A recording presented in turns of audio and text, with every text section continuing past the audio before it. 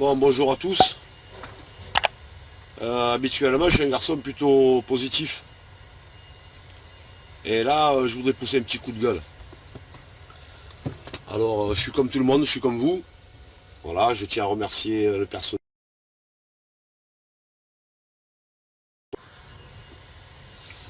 Bon, bonjour à tous. Habituellement, je suis un garçon plutôt positif. Et là, je voudrais pousser un petit coup de gueule. Alors, je suis comme tout le monde, je suis comme vous. Voilà, je tiens à remercier le personnel soignant. Je tiens à remercier les flics, éventuellement tous les gens qui sont en première ligne, peut-être les pompiers, peut-être certains commerçants qui ont affaire au public. Pas toujours raisonnable le public. Et je voulais dire également que j'ai ma fille qui fait des études d'infirmière. Elle est en deuxième année, donc elle n'est pas encore infirmière. Elle a déjà été réquisitionnée. Elle est au CHU de Montpellier. Cette nuit, ils ont eu plusieurs milliers, je dis bien plusieurs milliers de masques qui ont été volés dans un entrepôt. Donc elle m'expliquait qu'au lieu de changer de masque entre chaque patient, eh bien, elle garde le masque une matinée entière, peut-être plus. Donc elle met en danger les gens parce qu'elle change de chambre et elle peut éventuellement porter la maladie d'une chambre à l'autre. Elle se met également en danger. Donc il y a des gens très malhonnêtes dans ce pays qui pensent qu'à eux, qui ne voient même pas qu'aujourd'hui là, c'est de la solidarité qu'il faut. Sinon mon petit coup de gueule, il était aussi un petit peu plus personnel à ma corporation. Donc vous le savez, tous les gens qui me connaissent, je suis chauffeur routier. Je fais du national et de l'international, je ne suis pas spécialement régional, donc je ne rentre pas chez moi tous les jours. Je suis parti lundi matin, on est jeudi matin. Depuis lundi, j'ai croisé deux personnes. La première, c'est lundi matin à 4 h en partant de la maison, j'ai embrassé ma femme qui dormait toujours, Valérie. Et la deuxième, c'est un chauffeur serbe avec qui j'ai bu l'apéro hier soir parce que je suis au terminal de Fos-sur-Mer, là, prêt à rentrer d'Espagne. Et je décharge là ce matin. Donc ben, on était là comme deux cons, on a fait attention à ce qu'on faisait, on s'est mis un peu à distance, j'ai les verres en plastique et on a bu l'apéro ensemble. Voilà. Donc moi, en 4 jours, j'ai rencontré deux personnes. J'ai eu de contact avec aucune personne sinon. Dans les entreprises où j'ai vidé, il y a des sas, on donne les papiers, on s'en va, les gens de l'entreprise arrivent, ils récupèrent les papiers, ils font ce qu'ils ont à faire pendant que nous on va décharger, et quand on revient, système inverse, ils nous déposent les papiers dans le sas, nous on récupère les papiers, et on repart avec nos documents qui sont signés. Donc ça c'est pas trop mal organisé. Donc en fait, contact avec les gens, il est vraiment énormément réduit, puisqu'en 4 jours, j'ai vu deux personnes. Je me suis approché de deux personnes, dont une hier soir que je ne connais pas, mais on est resté à bonne distance. Maintenant, il y a un autre problème qui se lève, c'est le problème de l'accueil des gens comme nous. Donc moi, je ne dis pas que je suis un indispensable, je ne suis pas une infirmière, je ne suis pas un docteur. Mais quelque part, si on ne fait pas notre boulot, les chauffeurs, là, actuellement, la France, elle va se vider. Et les magasins, il n'y aura plus rien pour que vous alliez faire vos commissions dedans. Donc là où je tiens à relever le problème, c'est qu'aujourd'hui on arrive dans toutes les entreprises et l'accès nous est interdit aux salles de sanitaire, donc pour aller aux toilettes, pour aller se débarbouiller, et y compris aux salles de machines à café. Donc grosso modo, c'est bien de tenir distance, mais c'est bien aussi que des gens qui ont des sociétés énormes, qui sont bien souvent des supermarchés, des centrales de supermarchés. Là, je suis devant des boîtes. Quand tu vois la longueur du bâtiment, il doit faire 200 mètres de long, le bâtiment. Il y a peut-être 100 salariés. À mon avis, c'est pas compliqué d'aller acheter une machine à café, de la mettre dans une salle ou de la mettre à l'extérieur pour les chauffeurs. Et c'est pas compliqué non plus de nous laisser une pièce où on puisse rentrer et aller se laver les mains, parce qu'on touche aussi certaines choses. Donc je pense que pas tous les chauffeurs routiers ont eu la chance de pouvoir bien s'équiper comme moi. Moi je le répète, cette semaine j'ai des gants, j'ai des masques, on a tout un tas de choses. Alors on vit quand même une vie un peu marginale, on part toute la semaine de chez nous, c'est toute une organisation pour l'hygiène. puisqu'on parle d'hygiène, hein, quand on parle de distance, quand on parle de pas d'avoir de contact avec les gens, c'est aussi une hygiène. Donc moi, depuis lundi, il faut bien que je me lave. Depuis lundi, il faut bien que je me débarbouille. Depuis lundi, il faut bien que je me lave les mains. Depuis lundi, j'ai touché au camion, à l'extérieur, de partout. Donc à ce sujet, j'en avais parlé sur une autre vidéo. Voilà, j'ai acheté des lingettes façon Javel. Depuis lundi, tous les jours, je dis bien tous les jours, j'ai désinfecté ma cabine. Tous les jours, j'ai désinfecté mes poignées de porte extérieure, mon volant, mon tableau de bord. Tout ce que je touche dans le camion, la cabine, elle est neuve. Voilà. Il n'y a pas une graine de poussière, le camion, il est hyper propre. Donc, on n'est pas des pestiférés. Il faudrait quand même penser un petit peu à nous. Parce que très honnêtement, quand j'entends dire sur certains forums de transport que les mecs sont arrivés, qui se retrouvent à 8 ou à 9 dans une petite pièce de 5-6 mètres carrés pour aller donner les papiers, je vais les nommer directement. C'est chez Lidl que ça s'est passé, ça. Donc les mecs qui sont rentrés chez Lidl, sûrement une centrale Lidl, qui approvisionne donc après les magasins dans lesquels vous allez faire les commissions, ils se retrouvent à 7 ou 8 dans 5-6 mètres carrés à travers un hygiaphone. Alors c'est sûr que la bonne femme ou le mec derrière, lui, il est bien protégé. Mais nous, on n'est pas protégés du tout. Donc, il serait bien que ces gens-là mettent en place des choses, parce que si c'est moi qui débarque chez Lidl, j'ai 50 ans, j'ai un peu d'expérience. Alors il y a des jeunes, ils n'auront peut-être pas les couilles de faire ça.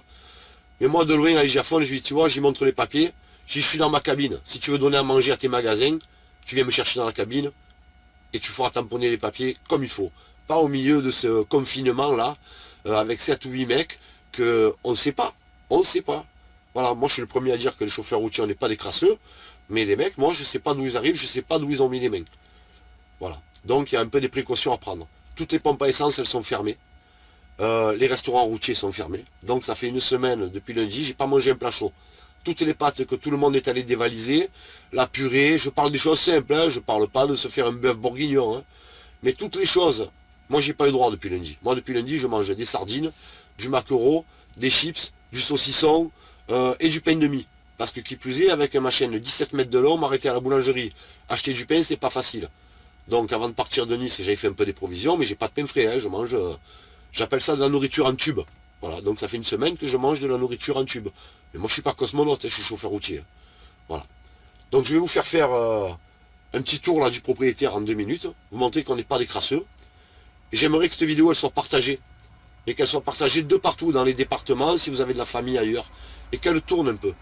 Dire qu'aujourd'hui, entre autres, on fait partie des gens qui sont mis en avant, et des gens qui continuent à alimenter le pays pour qu'on ait encore un petit peu à manger. Il faut savoir que là, je vide de la bière. Bon, maintenant, j'en parle parce que dans une heure, je suis vide, mais normalement, je ne peux pas dire ce que j'ai dans le camion pour des raisons de sécurité. J'ai 25 tonnes de bière dans le camion. Il se trouve que c'est la bière qui part en Chine, mais elle pourrait très bien venir dans vos magasins.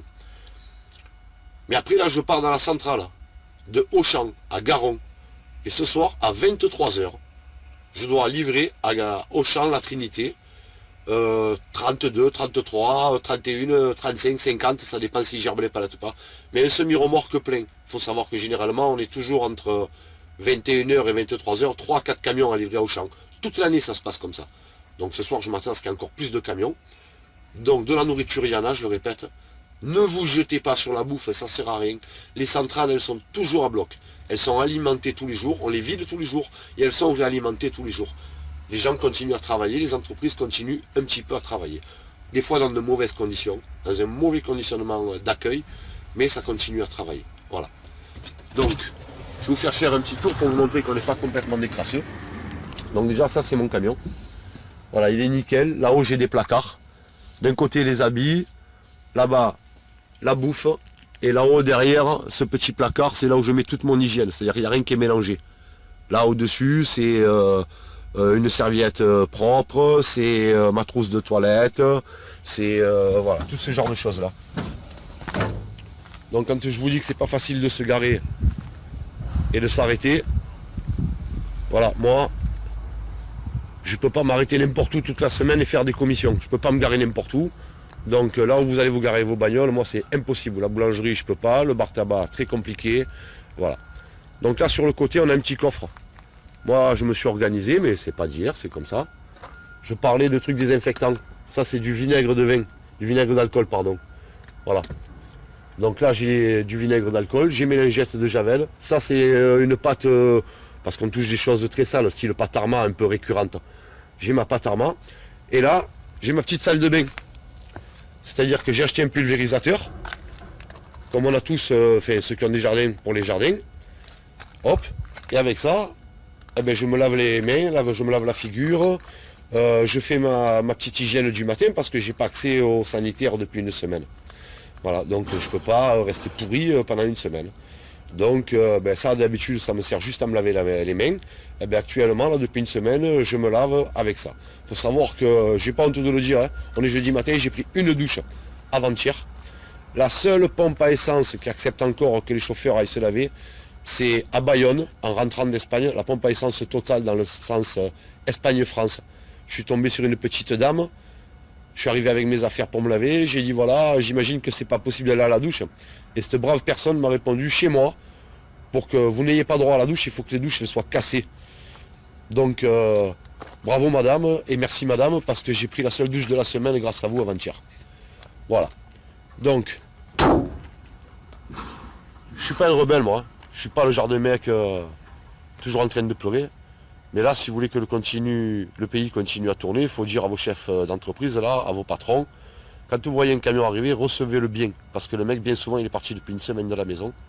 Et puis, il n'a pas eu tout le petit confort que vous pouvez avoir à la maison. Donc, ok, on l'a choisi, ok, c'est notre boulot, mais il y a des limites. Et être considéré comme des pestiférés, alors qu'on est là en train d'essayer de faire tourner la France, comme les infirmières, comme les flics, comme les pompiers, comme les ambulanciers, ça fait mal au ventre. Voilà, ça fait énormément mal au ventre de voir qu'on est considéré comme de la merde entre parenthèses, alors qu'on est là pour que le pays ne s'arrête pas et que les magasins ne se vident pas. Voilà, donc je vous fais une bise à tous, je vous demande de partager ça, si vous pouvez le partager un peu de partout, pas forcément qu'à mes potes à moi, ben je vous en remercie parce que je parle en mon nom, mais je parle aussi au nom de tous les chauffeurs routiers et tous les chauffeurs petite distance et moyenne distance, même si ceux-là ils rentrent chez eux tous les jours, dans la journée ils ont besoin de se laver les mains, dans la journée ils ont besoin d'aller boire un café, c'est choses qui nous sont interdites actuellement. Moi j'ai pas de café dans mon camion. Ce matin j'ai déjeuné avec un peu de jus d'orange en tube et des gâteaux que j'ai achetés en Espagne cette semaine à la frontière. Voilà. Donc le café j'y ai pas touché depuis une semaine par exemple. Les simples cafés, j'en ai pas bu un de la semaine. Voilà. Donc je vous fais une bise à tous, partagez. Et essayons de faire changer les choses et comprenez que quand vous voyez un camion, c'est pas seulement un gros mastodonte qui emmerde sur la route, mais c'est un mec qui apporte à bouffer aussi. Ou alors qui apporte les masques, parce que les masques ils vont pas y aller en volant dans les officines. Voilà, donc je vous embrasse à tous et bonne continuation, prenez soin de vous et franchement il faut écouter les règles. Parce que là dans l'usine en face, tout à l'heure c'était la pause. Les mecs, ils étaient tous à côté les uns des autres en train de fumer.